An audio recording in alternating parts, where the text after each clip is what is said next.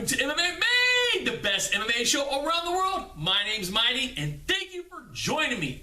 So I've been out of the loop the last couple days, just got back from SoCal late last night, so I didn't get in the studio. I'm in the studio right now, which is Thursday morning, so this is going to be a short episode.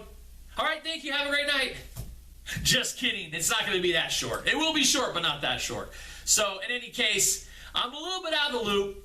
I had to do a little bit of catching up on the MMA world since I was, on SoCal vacay, living La Vida Loca or something like that. Dude, it was hot down there. What the hell? They opened up Hell's Gates or something down in SoCal because it was ridiculous. To be the middle or the early October and hitting triple digits, no bueno, my friend. If you're outside, it was hot and it was humid. So it was like being in Florida. So I don't know when I signed up to go to Florida, but not yet anyways. That's coming up soon enough.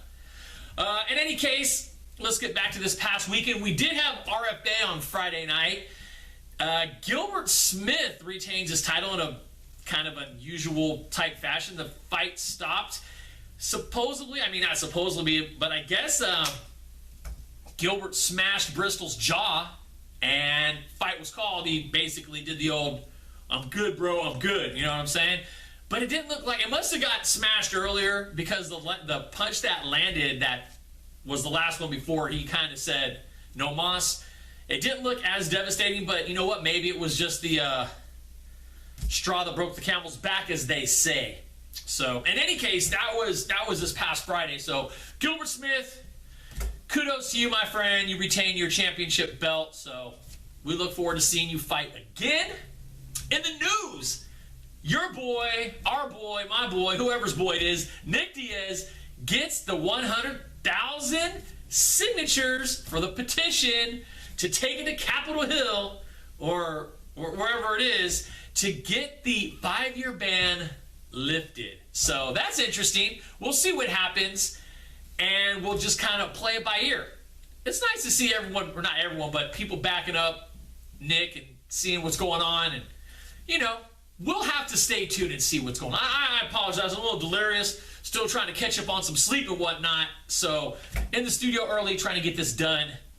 Exactly. For my MMA fight fam that loves to watch the show, even when the episodes suck, all 7 of you, I apologize. So in any case, another person in the limelight this week is Joe Warren. He's in the same ship as Nick Diaz. Not quite. Nick's, if it's a Titanic, Nick's on the side that's kind of already submerged, and Joe's on the top trying to hold onto the railing because he just got busted. He tested positive for marijuana metabolites, or whatever that fancy word they use is when you smoke some rope-a-dope, you know what I'm saying? So we'll have to see what happens to him. It looks like he could be facing up to a 1-year suspension for fighting, and he's not a spring chicken, so 1 year of ring rust, like we saw with Rashad, it could be devastating. It could take someone out of the game. 5 years for Nick, it might as well be a lifetime ban, honestly, for the age that he is, and then 5 years at a game speed. No bueno, my friend. So that's what is happening right now. There's a couple other things. I noticed that Mr. Anthony Rumble Johnson told Ryan Bader he'll be his Huckleberry. He said, let's see if you're really that #1 contender in the light heavyweight division in the UFC. Mr. 5 fights in a row. Yeah, 5-fight win streak, that's legit. But Anthony Rumble Johnson still technically ranked higher. So I say battle it out. I know it's a huge roll of the dice for Bader. Because Rumble, most people don't want to see Rumble. Because he's a scary man. So I can understand if Bader's going to try to duck. But you know what? If you're a fighter and you want to fight the best and you want to be the best, do it. But then you roll the dice of getting that title shot. So we'll see what's what.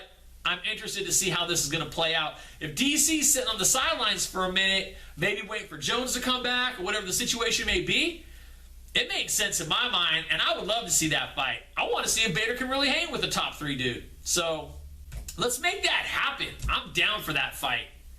All right, well, let's talk about the fights for this weekend. Friday night, we have Legacy 47 in Atlanta, Georgia, free on Access TV. There's an asterisk next to free because if you don't have Access TV, then obviously it's not free for you. But if you do have Access TV, you get to watch it free. If you don't, then, complain to your satellite provider or your cable provider or whoever you may have and say, give me Access TV because I want to watch some more fights. All right? There you go. Legacy 47, that's Friday night. Saturday night, we have World Series of Fighting 24, and that's at one of my favorite places, Foxwoods Casino in Connecticut. That place is awesome.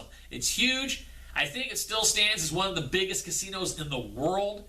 It doesn't have the most tables and machines, because I think that's somewhere in China that holds that record, but as far as like physical space, it is the largest casino in the world. At least it was a few years ago.